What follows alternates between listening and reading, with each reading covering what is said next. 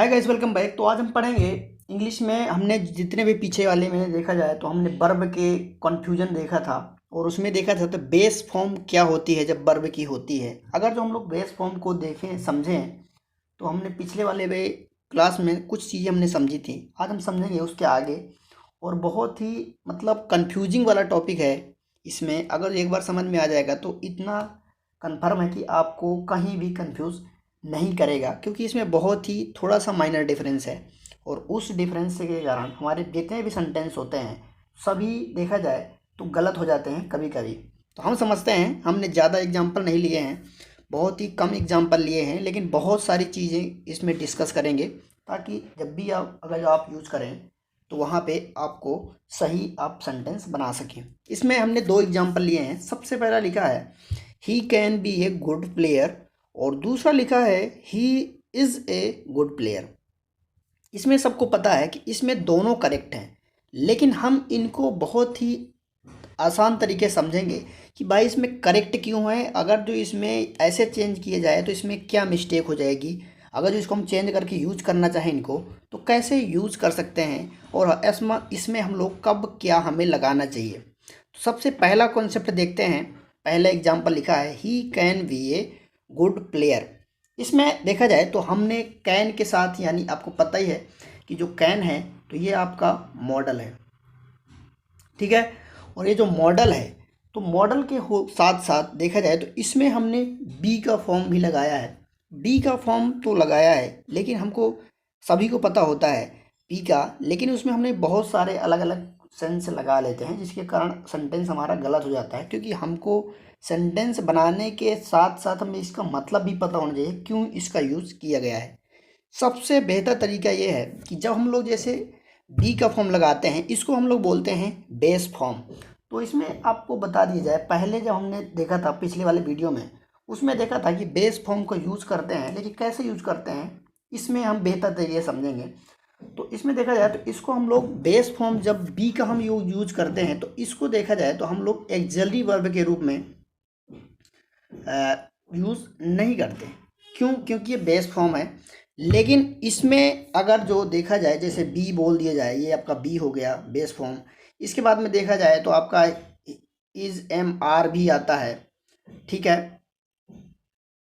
इसके बाद अगर जो सेकेंड फॉर्म देखा जाए तो आपका वाज बर भी आता है। इसके बाद देखा जाए तो आगे फिफ्थ फॉर्म में देखा जाए तो अलग हो जाएगा। देखा जाए तो हर चीज़ें देखा जाए तो इसमें हमें अक्सर कंफ्यूज करती हैं, लेकिन हम अगर जो इज़ एम आर का यूज हम लोग देखा जाए तो मेन वर्ब के रूप में भी कर सकते हैं और हम इसका एक्सिलरी वर्ब यानी हेल्पिंग वर्ब के रूप में भी इसका यूज़ करते हैं। तो लेकिन हम बी का फॉर्म जब यहाँ पे हमने यूज करके रखा है he can be a good player, तो यहाँ पे जो सेंस कर रहा है इसका, जो ये सेंस बता रहा है, ये हमको बता रहा है कि जब भी हम लोग मॉडल के बाद में यूज करना चाहें, मॉडल के बाद में हम जब भी यूज करेंगे तो बेस फॉर्म यूज करेंगे। और बेस फॉर्म देखा जाए तो is am are was were का जो बेस फॉर्म होता है तो वी होता है, ठीक है। और जो मतलब हैव का जो बेस फॉर्म देखा जाए तो हैव का जैसे देखा जाए तो आपको बताया तो हैव, और देखा जाए हैड होता है, फिर हैड होता है, फिर आपका हो जाएगा हैव हो जाएगा, और फिर आपका देखा जाए हैज हो जाएगा। तो जो हैज होता है तो ये आपका बी फिफ्थ होता है, बल्कि बी फर्स्ट जो होता है बेस फॉर्म हम लोग हैव को मानेंगे। तो ये हैव का अगर जब भी कहीं भी अगर जो कोई भी बोले कि आप हैव का बी फॉर्म यूज करो तो वहाँ पे हमको हैव यूज करना है, ना कि हैज़ या हैड यूज करना है। तो ये आपको ध्यान रखना है। इसी तरह का जो कभी भी पूछे कोई भी बोले कि जो भी मतलब बी का मतलब बेस फॉर्म यूज करो, बी का बेस फॉर्म को मतलब बोल देगा कि जैसे मान लो हमने बताया कि बी का बेस फॉर्म, तो ऐसे देखते हैं जैसे मान लो हमने यहाँ लिखा बी और बी हो जाएगा, फिर इज एम आर हो जाएगा, फिर वाज बर हो जाएगा। तो इसमें जो बेस सबसे पहले कौन सा आया है तो इसमें देखा जाए बी आया है। तो यहाँ पे जो बी का बेस फॉर्म होगा तो ये बी को हम लोग बेस फॉर्म बोलते हैं। जब भी हम लोग बेस फॉर्म यूज करेंगे तो बी ही यूज करेंगे। तो यहाँ पे जो मॉडल के हमने साथ में जो यूज किया है जब भी, तो हमको ध्यान रखना है कि जब भी मॉडल के बाद में हम लोग यहाँ पे जैसे लिखा है कैन के बाद में हमने जो बी यूज किया है, तो इसके जब हम बी को यूज करेंगे तो उसके पहले मॉडल होना चाहिए। अगर जो मॉडल नहीं है तो हम लोग इज एम आर जो जैसे कंडीशन है तो वैसे हम लोग यूज करेंगे। जैसे हमने ही के साथ में इज का यूज किया है, तो यहाँ पे ही किसका है, ये तो भाई आपका सिंगुलर हो गया, इसलिए जो हमने इज का यूज किया है तो सिंगुलर के हिसाब से इज का यूज किया है। और ये जहाँ पे ये यूज का यहाँ पे जब हमने इज यूज किया है तो ये हेल्पिंग वर्ब नहीं है, बल्कि ये हमारा क्या है, मेन वर्ब का काम कर रहा है यहाँ पे। इसलिए देखा जाए तो हमने लिखा है ही इज़ गुड प्लेयर, तो यहाँ पे जो इज का यूज हुआ है तो ये मेन वर्ब का काम कर रहा है, मेन वर्ब का। और जो हमने कैन के साथ में जो वी का यूज किया है तो वो बेस फॉर्म का यूज किया है। इसलिए जब भी हम लोग बेस फॉर्म का यूज करेंगे बी का, तो वी का यूज बी यूज करेंगे, ना कि हम लोग इज एम आर का यूज करेंगे, वाज वर्ग का यूज करेंगे, ऐसे नहीं यूज करेंगे। तो जब भी अगर जो हमको मॉडल के बाद में यूज करना हो तो बी यूज करेंगे, इसके बाद में हम यूज करेंगे हो बेस फॉर्म तो वी यूज करेंगे। मैं ये नहीं कहना चाहता कि मतलब कभी भी बेस फॉर्म पूछेगा तो आपको बी ही यूज करना है, क्योंकि हर वर्ब का जितना भी बेस फॉर्म होता है सब अलग होता है। जैसे मान लीजिए आप वी का ईट का बेस फॉर्म मतलब खाना का, जैसे मान लीजिए खाना खाया तो उसका अगर मान लीजिए बेस फॉर्म होता है तो ईट हो जाएगा, ठीक है। तो ईट देख लिया जाए तो उसका जैसे सेकंड फॉर्म हो जाएगा तो एट हो जाएगा, फिर उसके बाद आई एन जी लगाएंगे तो ईटिंग हो जाएगा। तो इस प्रकार से अगर देखा जाए तो इसका जो ईट का जो बेस फॉर्म हो जाएगा तो फर्स्ट पहला जो होता है फर्स्ट फॉर्म तो वही होता है बेस फॉर्म।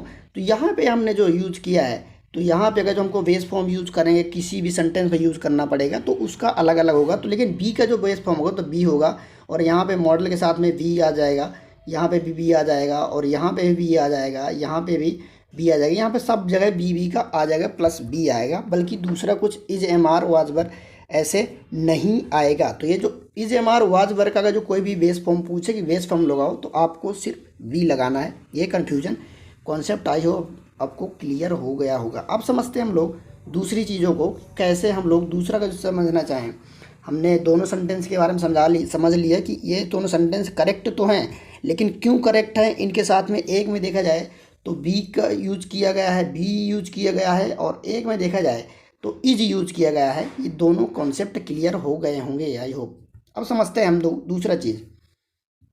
दूसरा कॉन्सेप्ट हमने दो तीन चार एग्जाम्पल लिखे हैं। इनमें क्या लिखे हैं, इनमें लिखे हैं पहला एग्जाम्पल है ही इज़ ए टीचर, और दूसरा लिखा है सी वाज ए सिंगर, और चौथा लिखा है दे वर गुड प्लेयर, और पांचवा लिखा है जो चौथा लिखा है दे आर वेरी रिच। इसमें समझते हैं कि भाई इसमें कॉन्सेप्ट करेक्ट है तो क्यों करेक्ट है, और कॉन्सेप्ट अगर जो करेक्ट नहीं होता तो क्यों नहीं करेक्ट होता। इसको सबसे पहला एग्जाम्पल आपका ही इज़ ए टीचर, तो यहाँ पे वही सेम टू सेम एग्जाम्पल है कि मतलब देखा जाए तो यहाँ पे इज जो यूज हुआ है तो यहाँ पे मेन वर्ब का काम कर रहा है, ना कि हेल्पिंग वर्ब। हेल्पिंग वर्ब नहीं है, मेन वर्ब का काम कर रहा है। इसी तरह यहाँ पे लिखा है सी वाज ए सिंगर, तो यहाँ भी मेन वर्ब का काम कर रहा है। लेकिन जब भी अगर जो हमारे पास में मॉडल या सेमी मॉडल होते हैं, जैसे मान लो ये आपके सेमी मॉडल हैं, इनके बाद में अगर हम लोग यूज़ करेंगे तो इनके बाद में हम लोग भी बेस फॉर्म का यूज़ करते हैं, और अगर जो इज एम आर के बेस फॉर्म का यूज़ करने के बाद आ जाए तो वहाँ पे हम लोग यूज़ करेंगे बी, बल्कि दूसरा चीज़ें यूज़ नहीं करेंगे, ठीक है। तो ये हो जाएंगी। अब हम समझते हैं कि इसमें समझने वाली बात क्या है। जैसे हमने देखा जाए टू लिखा है इसमें, और टू में बहुत सारे कन्फ्यूजन होते हैं। जैसे मान लो हमको टू के साथ में यूज करना है, टू के साथ में बहुत सारे देखा जाए तो डज लिख देते हैं, या देखा जाए डज के बाद में या देखा जाए बहुत सारे हैज़ लिख देते हैं, या कुछ और चीज़ें लिख देते हैं। तो ऐसा नहीं यूज करेंगे। जब भी हम लोग अगर जो यूज़ करना होगा टू के साथ में, तो टू के साथ में भी बी यूज करेंगे, क्योंकि जब भी ऐसे यूज हो जाता है तो इसमें क्या यूज होता है कि यूज होने के बाद में जब टू के साथ में बेस फॉर्म होगा तो बी हो जाएगा, और इसके बाद में फिर टू के साथ में अगर जो यूज़ करना हो तो हैव हो जाएगा, क्योंकि वो भी फर्स्ट फॉर्म है वर्ब का। क्योंकि हैव बस मेन वर्ब एक्सिलरी वर्ब के रूप में भी, हेल्पिंग वर्ब के रूप में भी काम करता है, और देखा जाए तो मेन वर्ब के रूप में भी काम करता है। तो यहाँ पर जब मेन वर्ब का बेस फॉर्म यूज़ करना पड़ेगा तो हम लोग हैव का यूज़ करेंगे, और अगर जो is am are was verb का बेस फॉर्म यूज़ करना है तो बी यूज़ करेंगे। ये चीज़ें हो जाएंगी।